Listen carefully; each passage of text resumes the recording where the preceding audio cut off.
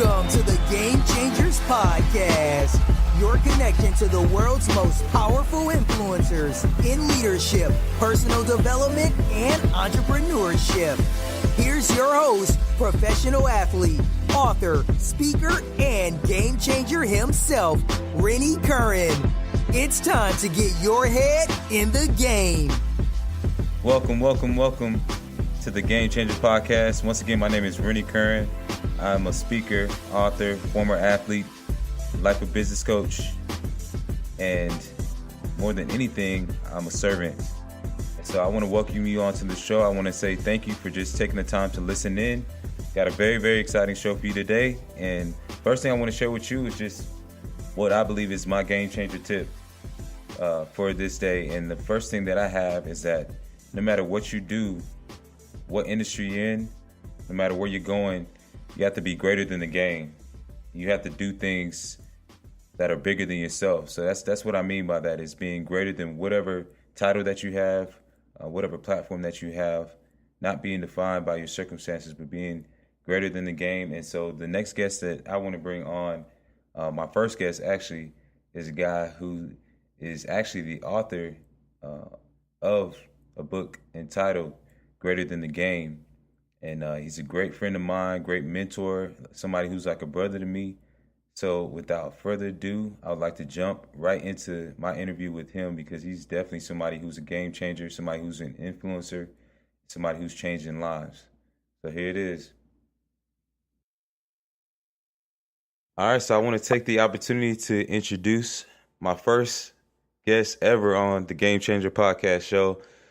This gentleman has been such an instrumental part of my life. And to me, he epitomizes what it means to be a game changer. Just somebody who creates a lot of impact in what he does.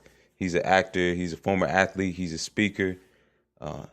He does so many things. And I don't want to take away his thunder of his story and just what he brings. So without further ado, I want to introduce my friend, my brother, my mentor, Stevie Baggs. Stevie, how you doing, bro? Man, I'm doing excellent, Rennie. Excellent. How you doing, man? Man, I'm doing great. Can't complain. Can't complain at all. So thank you. First of all, thank you so much for taking the time to just be on the show. It means so much to me with you being my first guest. Listen, I'm humbled and I'm very thankful to be a part of your show. And just, I love what you're doing. I love how you continue to grow and cultivate, your brand beyond the game. And that's what we're all about. So yes, I'm thankful to be on. Yes, sir. Yes, sir. Well, yeah, man, let's get into it, man. So the first thing I really want to know about you, the theme of the show, of this Game Changer podcast, is really getting insights on leadership, on personal development, on entrepreneurship from different leaders. And I feel like, you're definitely somebody who's a leader, in our community and doing a lot of amazing things. But I want to know about your story, man. So just tell me a little bit about your story, some of the things that you've gone through to get to where you are now. Wow, man. When I sit back and think about my story, sometimes I think we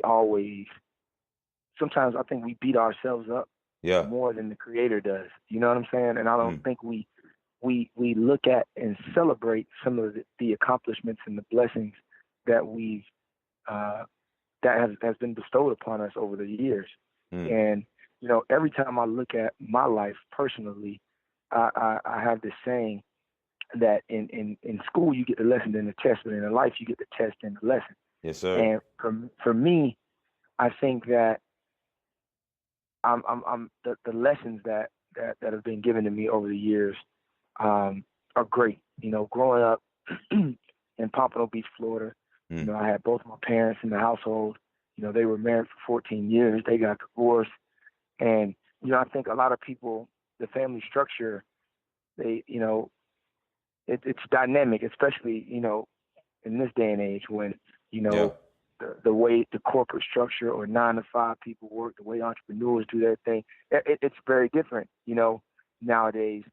But I equate my success to the love that I had growing up. And although every day wasn't Sunday, it was more good than bad. And I had parents that even when they were separated, they co-parented with a large amount of maturity that I just admire because it was bigger than them, you know. And so my story, you know, growing up in a household where I had love, and love really overcame a lot of the obstacles that I think, you know, you face. You know, one of the obstacles is growing up in a household where, you know, I was the first person in my family to even go to college, you know. So education wasn't necessarily at the forefront, you know, of our conversation. You know, it was more about survival, you know what I mean? And religion, and, you know, we went to church, but, you know, nobody talked about business, and nobody really, we weren't really inclined on, you know, credit and things of that nature. Like, I didn't have those conversations growing up, but those are the conversations that now I can have with my daughter, and still have that amount of spirituality connected to her growth and development as a human being. And then I just moving forward, you know, going to high school. I grew up in an all-black neighborhood, all melanated neighborhood in South Florida. But when my parents got a divorce and I moved to Orlando, I was in an all-white high school. Similar to what you experienced at Brookwood. I was at Lake Grant High School. But I think that helped cultivate who I am as a man, because it gave me the opportunity to really just have some balance and some diversity, and have a universal appeal to be able to connect and vibe with any race, culture, or creed. So I'm thankful for, you know, that experience at Lake Grant. And, you know, man, I was an all-state performer in high school, playing football, and did so many great things there. But then on top of all of that, I being involved in all kinds of things, FBLA, you know how, you know, I think you and I have such a similar path, but sports for me was always such a blessing, but such a disappointment at the same time. And the reason I say that is because I always had an amazing ability to play the game of football, but for some reason I never got to that pinnacle, or what I thought at that time was the pinnacle of where I should be. And I'll be able to tie it into my reality now. But, you know, being all-state, breaking the Florida State sack record, I had 26 sacks my senior year, and now I'm dealing with a 1100 SAT, 3.2 GPA. I could go to any school I want, but I didn't get the scholarship offers from the big schools. My jersey's retired at the high school now, but at that time, my coach didn't think that I could play at the highest level of Division I football. And because, like I mentioned to you earlier, I didn't have family and friends, and we didn't have this whole internet YouTube thing that everyone has now, to really get that exposure out there. And so I slipped through the cracks and ended up going to a university that ended up being a tremendous blessing, which is Bethune-Cookman. So I went to Bethune-Cookman, and I'm just so thankful for that journey. I'm so thankful for the opportunity to be able to go to a HBCU where I was able to cultivate my skills and also learn how to balance. Once again, leaving a white high school, going back into an all-black environment, and still being able to function. You know, it was great. And then you know, pro football was crazy, because at Bethune, same thing that happened at Lake Grant. Ultra successful, mega successful on the field and off the field. And I was a 3-time All-American. I won the same award as Jerry Rice, Walter Payton, Michael Strahan, being Black College Player of the Year. And, you know, had 40 sacks in my career. I just thought I was out of there. But I ended up being a free agent. And, you know, which is so cool. That's why I love your book. You got drafted, but you still talked about being a free agent. And I really think that, you know, those key points people need to hear about the game of life. You know, because, you know, I think we always feel that when we're released, cut, traded, or laid off, that's not the end. You know, God is getting you ready for your relaunch, reloaded, and for your takeoff. And I think that's really what I want to push and preach to the masses of people is that, you know, a lot of times what we look at is an obstacle is just an obstacle course, you know, and sometimes you got to find out how to either go through it, go around it, or build another way to get through this obstacle course we call life. So moving forward, I ended up not getting drafted, being a free agent. And long story short, you know, I ended up being the only pro football player to play on 11 teams in 10 years. You know, I played on 5 NFL teams, 5 CFL teams, and 1 arena team.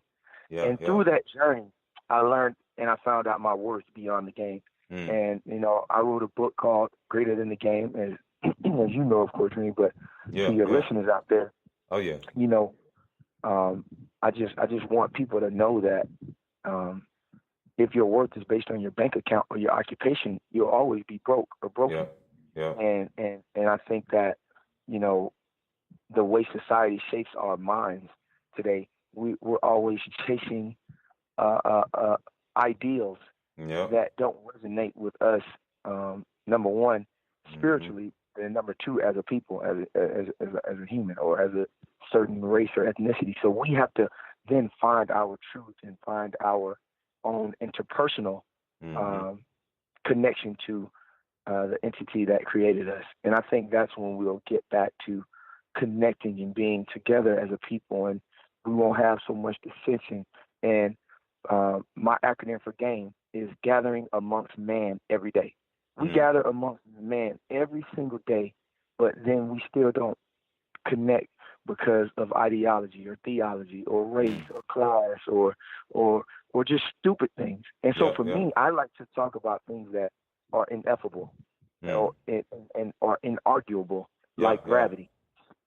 Gravity is inarguable. You can't argue about gravity. If you fall off a building, gravity is going to let you know that it's real.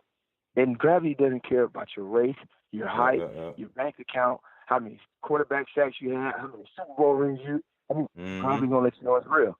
So, and that's something that we need to look at. That's a law. Whatever you want to call it, it's a law that works. It's real. Just like the law of sunlight. The sun doesn't just shine on rich people. It doesn't shine on poor people. It doesn't shine on Christians only. It doesn't shine on Jews only. The sun shines on everyone. So that's an inarguable fact. So if we start talking about things that are inarguable, that gives us a commonality. You're right. That gives us a commonality as a human race, be able to then move forward and maybe speak about other things that we have in common. You know what I mean? Oh yeah, for sure. And so, and the only way the devil or negative energy or bad spirits or bad vibrations can still kill and destroy us is if we're separated. So if you hold your hand up and put a number 5 in the air, we all know that the power in that force is not greater than the power in if you ball your fist up and you connect. And that's what I mean. That's what I mean about us coming together and leveraging each one of our stories. Exactly. You know, my testimony and your testimony. It's all here to be able to help change the game for another. You know, and that's why we have these platforms, and that's why I celebrate you for what you're doing. I don't want to talk too much, Rennie, but I mean, you just let me know when I need to be quiet, man. I just kind of wanted to give people, you know, a little bit of the story.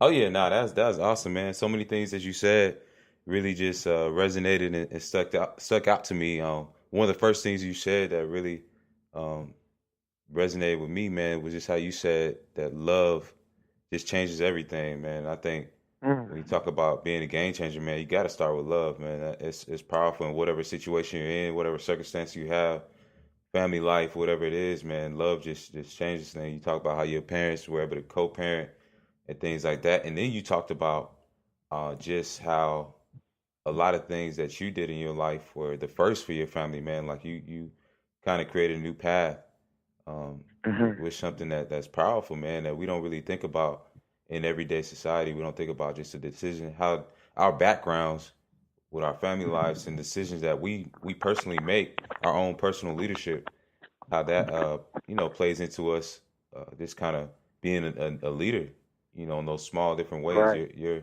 decision to go to college and your decision to take that path of playing football and doing all the things that you did. At that time, I'm sure it just seemed like this is you just chasing your dream, but not realizing like you creating this platform that's eventually gonna be so impactful and powerful, man, and just so many other things that you shared, man. Just our need to come together and our need to leverage each other. I mean, it's powerful, man, and I appreciate you sharing that. No, I appreciate it. Yeah. I appreciate it. Rennie, I mean, a lot of the things that we're talking about, I think number one, people aren't a lot of times comfortable just expressing their story, expressing their pain and their hurt. Yeah, was I hurt when I couldn't get picked up to a Division I school? Was I hurt when I didn't get drafted? Yeah. But all that pain, and hurt, and oh my gosh, I remember draft day, man. It was disgusting. It was disgusting, man. I was like, what's going on? Yeah. Like, but all that pain is what gives me the drive and the stick-to-itiveness now to never give up. Because you've never heard a success story without someone saying they've gone through the fire, man. Yeah. And like I use the mountaintop valley allegory all the time. So it's like someone's pushing a boulder up the mountain, and then the boulder falls, and they got to go back down and get it. Then they push it up and they get it higher a little bit more. Then they fall again. Then they push and push and push, and then they finally get it up there. But the guy who just got his boulder up there off the first try, he doesn't have enough muscle, enough armor to sustain himself or herself on the mountaintop. Yeah, that's but real. The person who kept falling, the person who kept being cultivated, the person who kept grinding and never gave up, when they got to the mountaintop, they were able to sustain that position, right, of authority, of inspiration, of motivation, because they have armor. Yeah. And I think a lot of the times, people, we have Bentley entitlement for Honda Civic stewardship. You want a Bentley, but you can't handle a Honda. You want to be on the mountaintop, but you haven't done the necessary things in the valley to even warrant being anywhere close to a mountain. That's real. So, bro. like, I think that also people don't understand that when you're in the valley moments of life, nobody sees you in the valley. Oh yeah, Nobody exactly. Nobody saw us training at 6 a.m, bro. Right. Nobody saw us, doing 2 days and getting our bells rung, playing linebacker. Nobody saw, us, our knees swelling up after practice, shoulder stingers, big playbooks that we had to learn. Getting a call from the general manager, man, we got to release, we got to change. Nobody saw that, right? Yeah. They just see the glory. They don't know the story behind all of that stuff. Yeah. So then when you look at the grand scheme of it, people don't get that the bigger your audience, the bigger your audit, because everybody sees you on the mountaintop. Nobody sees you in the valley. So the bigger your audience, the bigger your audit. So now you got more haters. Now you got more people talking about you. Now you got more people looking at you. Now you got more people judging you, but now you also have a bigger stage. And it's up to you to leverage that stage to either A, help somebody up another mountain, or go conquer another mountain. And so, that's why I'm so thankful, man, for you and this platform, because this gives folks the opportunity to not only tell a story, but to be relatable to one another's hurt and one another's successes.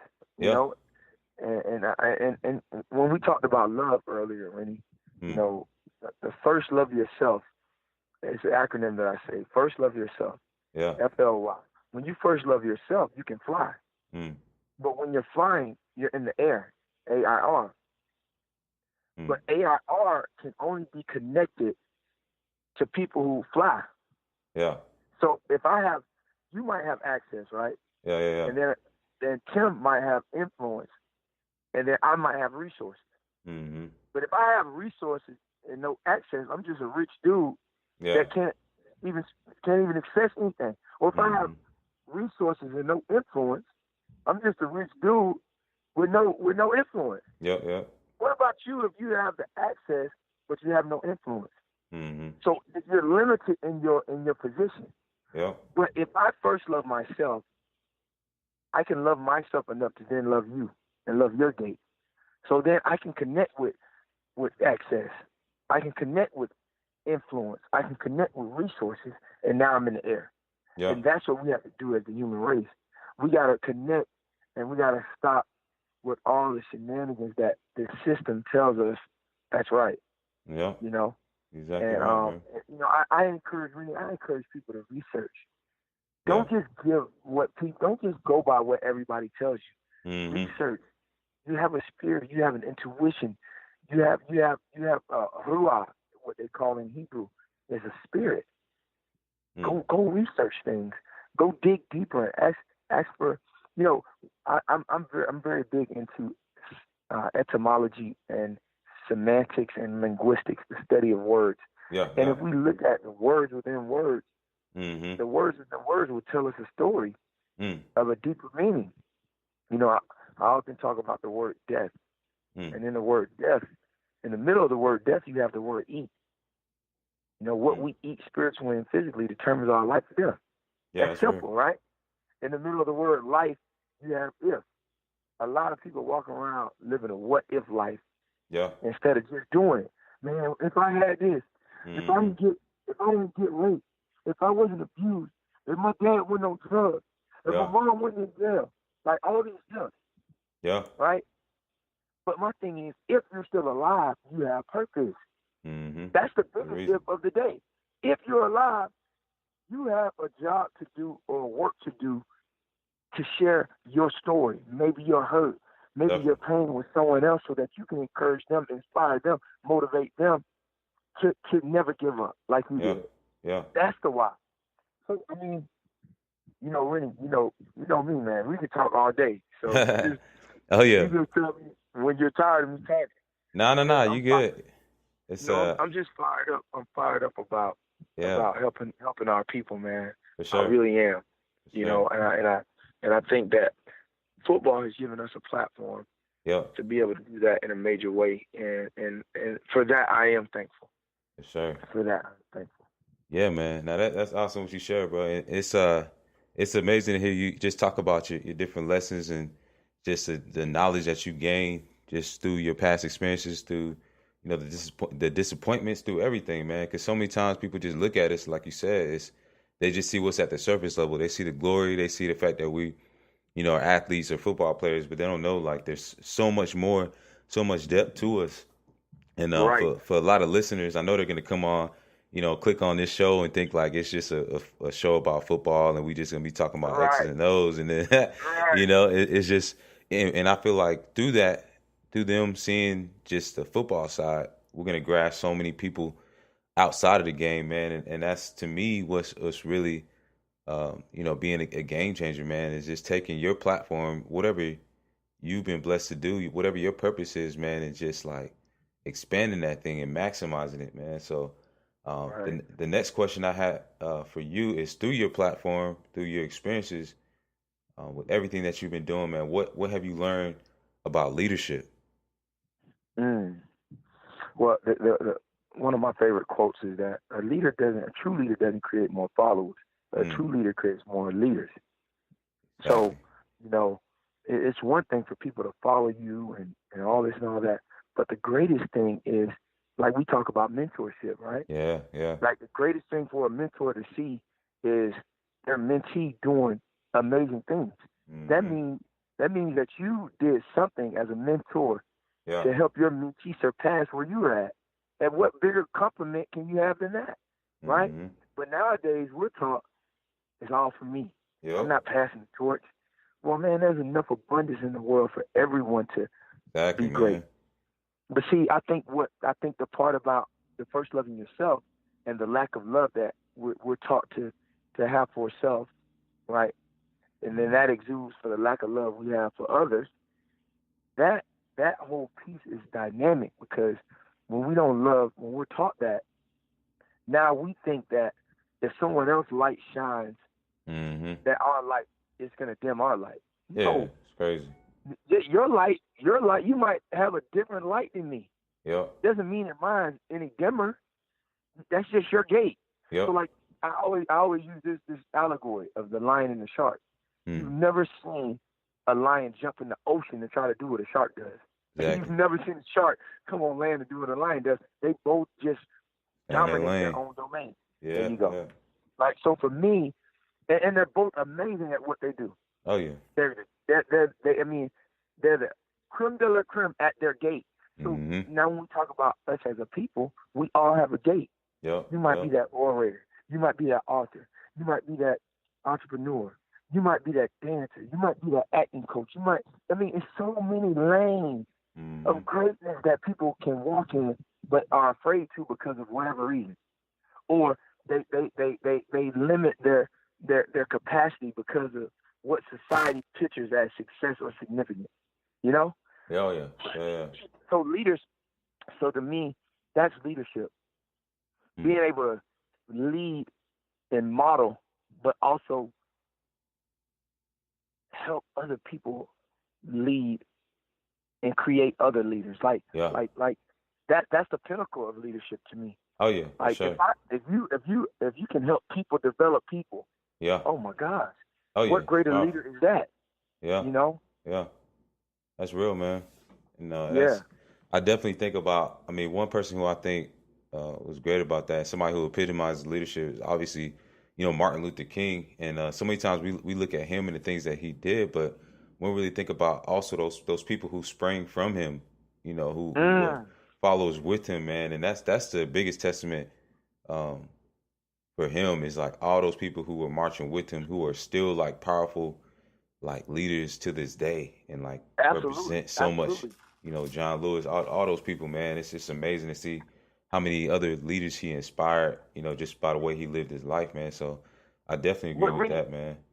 No, it's so true what you say, and what's dynamic and what connects for me is that you got C.T. Vivian, you got the Andrew Youngs, you got you got people like that, Ralph D. Abernathy, and all these guys, right, that were so influential during the civil rights movement. Yeah. Then you have all these different things that birthed out of SNCC, SCLC, and then you, all throughout the country, even the Black Panther Party, all these different things were just pillars of one another, right? They were very synonymous in ways because they were all fighting for the liberation of melanated people in this system, Black people in this system. Cool. But the thing that's dynamic to me is that they all had their own gate. Yeah. Like MLK had his gate. Malcolm X had his gate. And the Black Panther Party had their gate, and everybody was moving in their own gate, and impact was being made, and change was being made. Now we don't have that because I think that we've been taught that Messiah comes only in the form of a person or one man or one leader, and I think that's false in my opinion. I think change comes from a community. It doesn't come from one person. The Messiah, the Messiah and the message is palatable among everyone because you might have something to say. I might have something to say.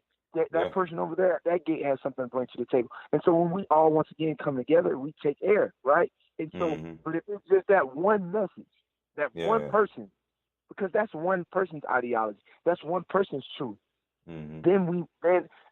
So for me, the community of brothers that he had with him, that all brought something amazing to the table.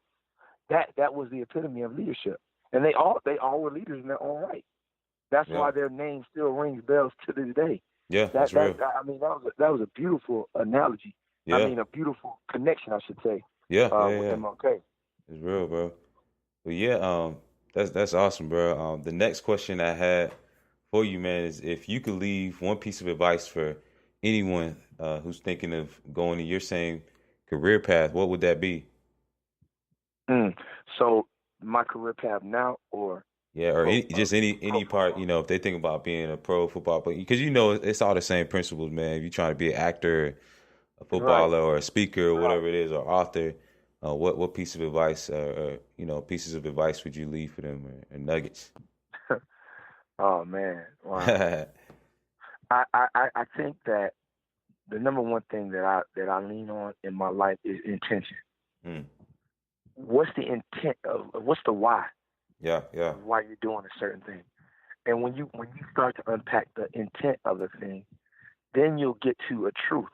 mm. And so I tell people all the time, if I just did football for money, then I Yeah. would have never done football. Right. If I just spoke for money, I would never speak. If I Mhm. opened Dream Cafe for money, if I wrote a book for money, so these things, yeah, and we need money to survive. We do. Mhm. We need money to do what we have to do in this system that we live in. However, if I only chase paper and I don't chase my purpose, Yeah, yeah. then I'll be in trouble. Because see, when you just chase paper and you get the paper, you stop chasing. But when you chase purpose, purpose is everlasting. Purpose is Exactly. something that never dies. You have purpose even if you're 90 years old. You still got a purpose. Right. You Long as you're know? alive. Yeah. And so that's the beauty for me is that I chase my purpose. I don't chase paper. And that's what I would tell them. I chase mission. I don't chase the money. Yeah. Because we all know that money is nothing but energy. Mm-hmm. So if Comes you and put enough goes. energy behind, yes, the money's going to follow. Yep. So that's the greatest advice I would give someone on going in any career path, whether that career path be, television, film, athletics, arts, entertainment, whatever it is. Yeah. Chase the mission and the passion that's connected to your gift. Mm.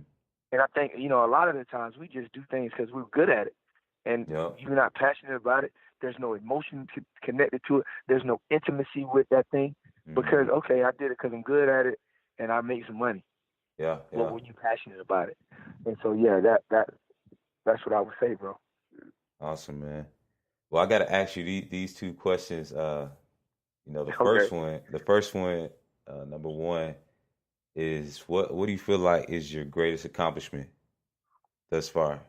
That's an amazing question. All right. And if you would have asked me, 3 years ago, I would have given you a different answer. Exactly. Yeah. But at this point, my greatest accomplishment is that the Creator entrusted me to be a father. Wow. Yeah, man. And you've been a father. Yeah, and man. We both having girls. Yep. That's a very dynamic thing. But this is one thing I do caution the people when we talk about our children or talk about our loved ones or our mates or our companions, our wives. Mm-hmm. I think, for me, when we get to a point where we think that our children or our mates belong to us and us alone, then we do ourselves a disjustice, and it's really a slap in the face to the Creator because we helped make our children, but we didn't create our children. Yeah, you're right. If you get what I'm saying? So She doesn't belong. My daughter don't belong to me. She belongs to the Creator. Exactly. And so, but yet and still, for the Creator to entrust me to be a good steward over her and help raise her, I'm thankful. That's my greatest accomplishment. Yeah. Awesome. As a human being thus far. Yes, sir. Yeah, man, that's awesome. Man. I would expect no different answer from you, bro. I mean, that says a lot about your values and just the type of man that you are. Because you like you said, you could have said so many different things, man. So that's awesome. That's definitely I feel like the greatest accomplishment, man, to be able to have a child that you can raise and that you can pour into, man. There's no better feeling, no greater love. Oh man, it's humbling, bro. It's humbling because it's so selfless. Right. Yeah. But it's also, man, and it's difficult. Like, believe me, like it's not an easy thing. You know what I'm saying? But 9 times out of 10, if you ask most parents, there's no book on how to do this. Exactly. But the number one thing that overcomes most of it, we talked about that at the onset, is love. Exactly. Yeah. And I'm just thankful. I'm thankful for my child's mother. The way we co-parent together because there are dynamics that could be so foggy, but when it's bigger than you, yep, you exactly, put the child first, and then everything else works out from there. Yeah, and that's such a powerful like leadership lesson right there, man. Understanding that things are bigger than you, so you don't let your emotions, make you act out of character. You don't let circumstances make you act out of character because you understand, man, this is much bigger than me. There's somebody who needs to see me, conduct myself in a certain way, man. It's bigger than me, and that's powerful, bro. Really. No, that's absolutely powerful. Absolutely powerful. Yeah. So yeah, that brings me into my next question for you, bro. What's your greatest failure? What would you say would be your greatest failure, and how'd you overcome it?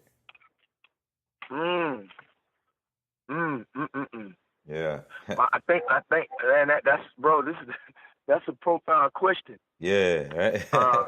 Make you think. Because I fail every day.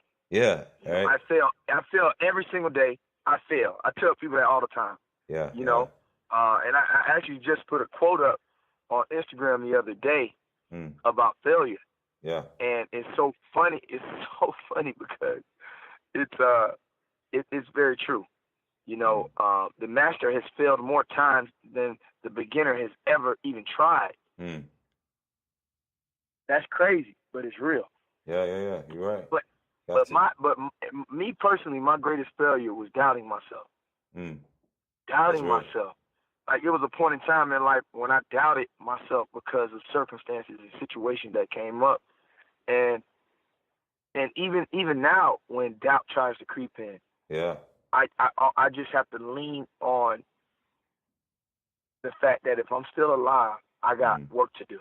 Right. And if I still have activity of my limbs and I still can connect to people, and I was blessed with a platform, that it's incumbent of me to not doubt, to not give up.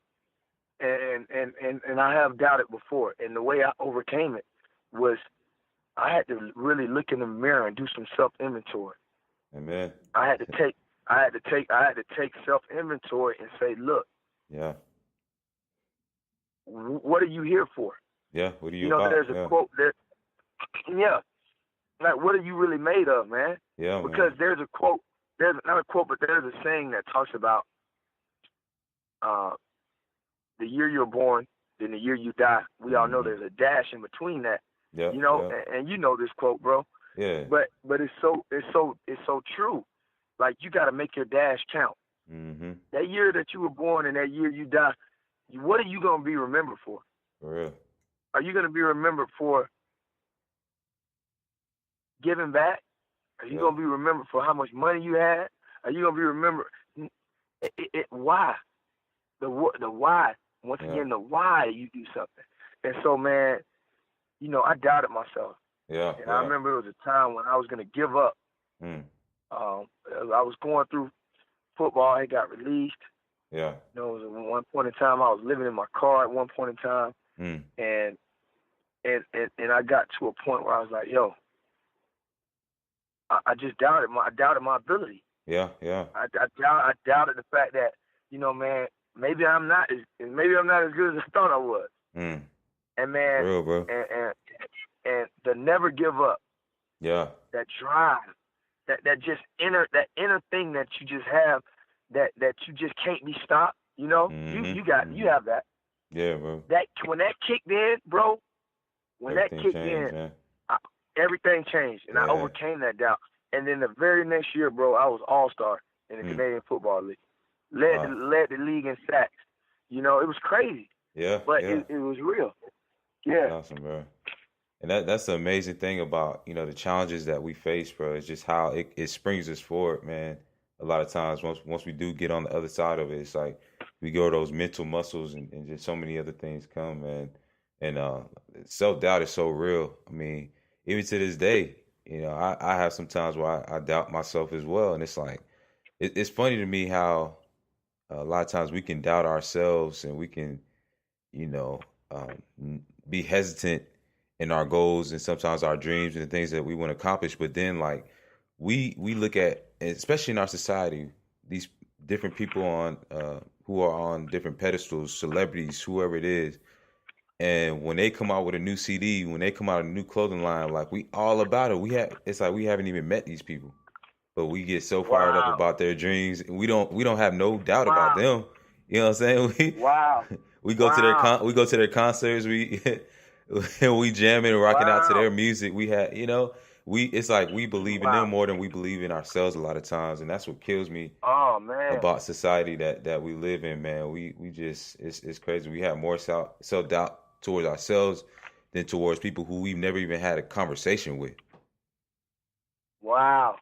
But Ring, it's crazy. Don't you think that that's by design? Oh yeah, I already know. Yeah, I already know. So for me, I don't know how transparent I could be on your podcast. Man, be as transparent as you want, bro. I know. So for me, when we go back to semantics and linguistics and etymology, yeah. When I look at these two things, help shape the belief system in this world, entire world. I don't even care if you're in the largest city or the most indigenous part of the world. These two things, religion and television. So in some parts, in indigenous countries, they don't have a television, but they have a religion, right? Most people. Yeah, or culture, okay. So or whatever their culture is, or faith system, or whatever they do, that is shaped by that. So in the middle, though, in the English language, in the middle of the word religion, you have the word "lie," which is lie. In the middle of the word television should really be television, because it's telling us a lie and a vision that's not real. And television and religion, if television and religion help shape our belief system, and in the middle of the word belief is the word lie, we got to get to something called truth. Yeah. And I've heard a famous quote, a scripture that says, "You should know the truth, and the truth shall set you free." Yeah. So if we have been getting truth as a people, then why are we still in bondage? That means we haven't been getting truth, bro. Yeah. That means that there's something in the soup that's not soup. Yeah. And that's why I encourage people to research. That's why I encourage people to ask the Creator for understanding, not just to understand. Get you an understanding. Get you an overstanding. Yeah. Because I was taught to be above, not beneath. And so the prefix to the word understanding is under. So listen, we don't look at these words that we say. Oh, man, I'm going to give me an understanding. Well, I was taught to be head and not the tail, above and not beneath. So which one is it? Yeah. Yeah, you're right. Bro, and so that's why I encourage that dynamic thought. Yeah. Because sometimes our belief systems, sometimes television, pop culture, society, religion puts us in a box to where we don't think anymore. We think that everything they spoon feed us is what it's supposed to be. We think that's the end all be all. We think that's the holy grail when it obviously can't be, because if everybody's not able to attain and achieve that same level of success or significance, then that's a problem. Exactly. They feel like less than a person, man. You're right, bro. You're right. Yeah. That's definitely profound, man. Well, the next question I have for you, and just getting closer to wrapping it up, man, is the theme of my show, of course, is being a game changer.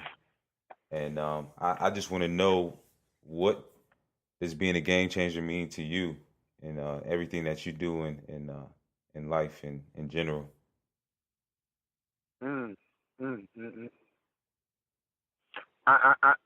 I gave you the acronym earlier. Gathering amongst man every day, right? That's game. That's the game we're playing every day. Yeah. So if you're going to change that game, that means you have to change your paradigm. You have to change your thought process. You have to change your habits. You have to change. That's a game changer. So you have to change the way you interact with man every day. You have to change the way you love man every day. You have to change the way you get angry or upset or disappointed with man every day, because that happens. Like I think people just think it's a fairy tale world we live in. Like, I love you, but my goodness, I don't love you more than I love myself or my family or my daughter. So if you try to harm me, am I supposed to not protect myself? You see what I'm saying? Yeah. Like yeah. I think people don't get that part. But when you're able to change the game, you have an energy, you have a vibration, you have a frequency that when you walk in a room, when you walk on the street, when people hear you speak, when people see your presence, yeah. they know you're different. That's being a game changer. That's being a game changer. Because, bro, let's face it, in this system we have 5 power structures. And there may be more, but some of them are encompassed in these 5 things. Political, social, economic, education, and spiritual. Yeah. And these 5 power structures, education is not meant to educate, yet assess you and separate. Political is not meant to make you diplomatic and make you tranquil with the world. Politics is meant to also separate you. They got right wing, left wing. Right. But I'm saying if it's a right wing and left wing, it's still one bird. True. You're right, bro. So then I go to the other one. Yep. Economic. Yeah. Economics separates you because of classism. Mm-hmm. Okay? They put you in a class based on the economics that you're bringing to the table. You're important because of this. Yep. And then socially, bro, oh my gosh. Socially, we're so disenfranchised as a people that we have no unity. You're right. Because you worship like this. I clap like that. You pray like this. And I fellowship like that. So now we don't come together politically. We don't come together educationally. And speaking of education, school is not for everybody, but education is. True. And I think people force you to go to school, but you just need to get educated. And yeah, typically you get educated in school, but that's not the only education you can get. Yeah. There's something called the education of life. Oh yeah. School of hard knocks. You know, yeah. Like the stuff we're talking about right now, we didn't learn in school. Exactly. Life. School didn't teach us this. Life taught us that. Yeah. But anyway, that's so if you got political, social, economic education, and there's no unity at all within the human race in any of those areas, and then you take spiritually, we know I can dominate your spirit. We know I can make your spirit do anything. We know I can give you the number one killer in the world is what? Heart attack and heart disease. Mm-hmm. And so that comes from having heartache. Well, in the middle of the word heart, bro, you have the word ear. So what you hear and internalize as your truth becomes your reality. Yeah. You'll never make it. You're poor. You come from slavery. Yeah. You ain't shit. Excuse my language. You ain't this or that. You'll never be great. Like, you'll never achieve the amount of success all these superstar people that we're talking about, right? Yeah. So if I keep hearing that, then that gives me emotional dis-ease. And we know emotional dis-ease turns into physical disease. Yeah. If you take the dash out of dis-ease, it's disease, bro. So if I can give your emotions, your economics, your politics, your environment, your occupation a dis-ease, then you'll have a disease. And so that's why we're in the state we're in as the human race. Well, that's why we have this disease, because we don't take care of Mother Earth, we don't take care of one another, and then we don't take care of ourselves. You know, you got a lot of people. You got a lot of people who are vegan and vegetarian. You got a lot of people who practice this and practice that. Well, when I meet an immortal vegan or vegetarian, then I'll become vegan. You know what I'm saying? Yeah. You know, but I do think that there's a time and season for everything. So, like, if you look at indigenous culture, these people didn't eat meat every day. Yeah. So why should you, right? These people didn't eat bread every day. So why should you? So it's the balance in life that we have to have. Yeah. And what healed them? The first medicine in the world was herbs, plants, oils from those same plants. Mm-hmm. So if I squeeze the plant, I get an oil, and then what's left over is the herbs. And that's how they healed themselves. There was no medicine with synthetics and pills that we take. It's, man, bro, we could go on and on. Yeah, but you know, answering your question, that's changing the game. Yeah. When you start to be able to gather amongst man every day and leave them with something that was better than when you found them. That's been a game changer. That's awesome, bro. That's awesome. And that's what you're doing, man. Yeah. You know, in my own weak way, man. I'm just, you know, trying to do what I can, and same for you, bro. I really admire and appreciate what you continue to do, man, through your foundation. Matter of fact, man, I'd love for you to share on your foundation, man, and what inspired you to create it, and just you know, all the things that you're doing now, man, because I think people really need to know about that. But yeah, man. See, you know, Rennie, Cedar Foundation is something that my mother and I started 14 years ago in Florida, and it was really just, it started off by my mom bringing young ladies to her home that lived in an orphanage, and she was teaching them women's etiquette, man. She was teaching them how to cook, how to clean. Yeah. You know, like it was so commendable. And being young at that time, I didn't understand the importance of everything that she was doing. Yeah. But I'm now I you know, I see that she was changing the game. Yeah. She didn't have to do that. She was a successful businesswoman doing her thing. She didn't have to bring young people to her home, but there was something in her spirit that said, I got to give back. Mm-hmm. You know? Mm-hmm. And so Cedar Foundation, Creating Empowerment Through Autonomy, was birthed off that type of behavior. Wow. That my mom, she just decided that she said, you know what, I'm going to give back. And now we're 14 years later, we're a health and wellness foundation, and we believe your true wealth is your health, and that wellness is attached to so many things on the wellness wheel, which we kind of talked about.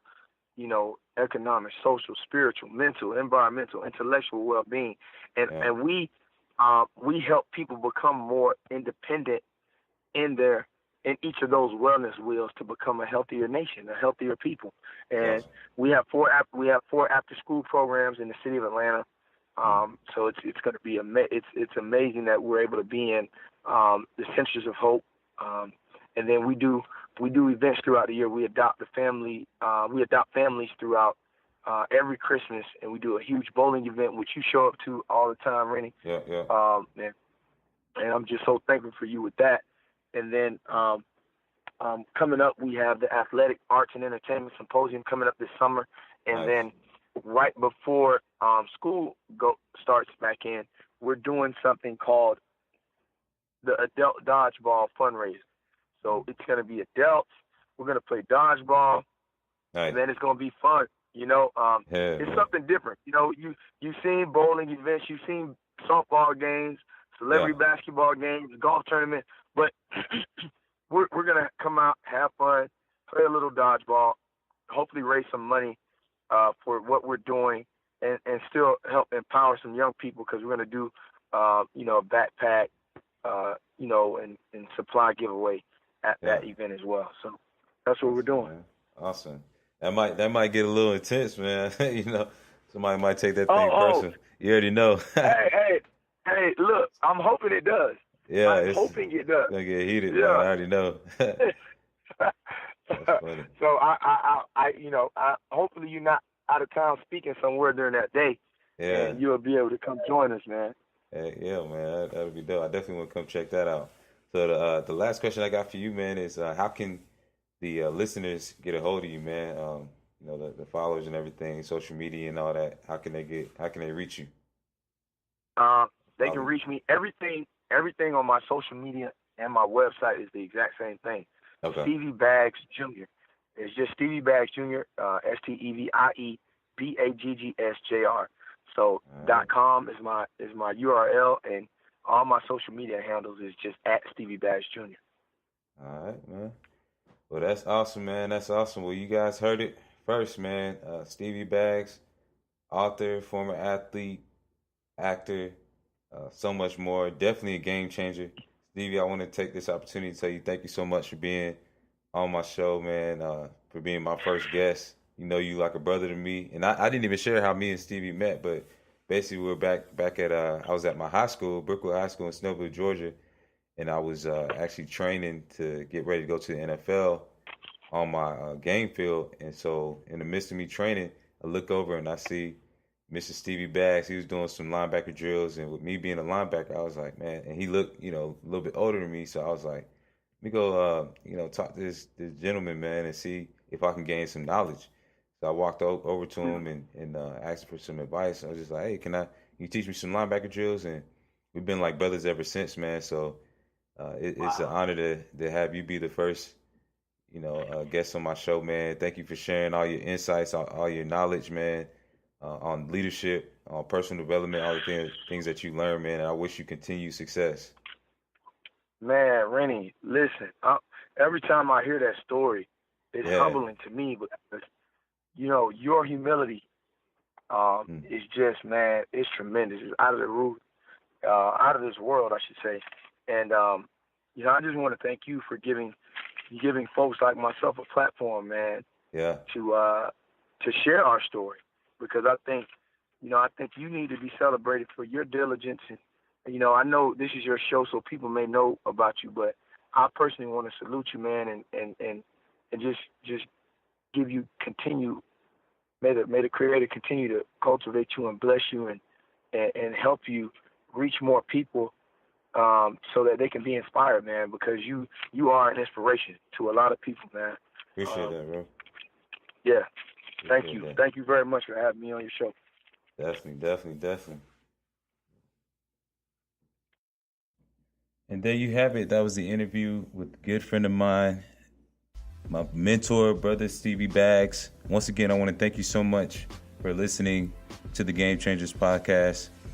If you would like to follow me or get in touch with me, you can reach me by my Instagram at Rennie Curran, RennieCurran, on Twitter at Rennie Curran 53, or through my website www.renniecurran.com.